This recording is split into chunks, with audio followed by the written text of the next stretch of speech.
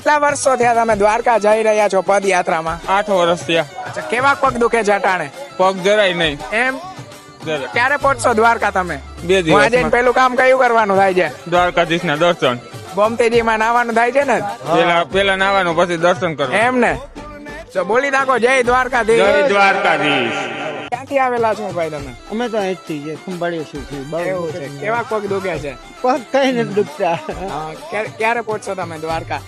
કાલે નહીં, પરમ દિવસે શનિવારે એવું નિરાતે જ સૌ જવાનું છે. આપણી માનતા એટલે પૂરી કરવા જઈએ. એમને? હઉ, વાં જઈને પેલું કામ દર્શન જ કરવાના ને? દર્શન કરવાના 100%.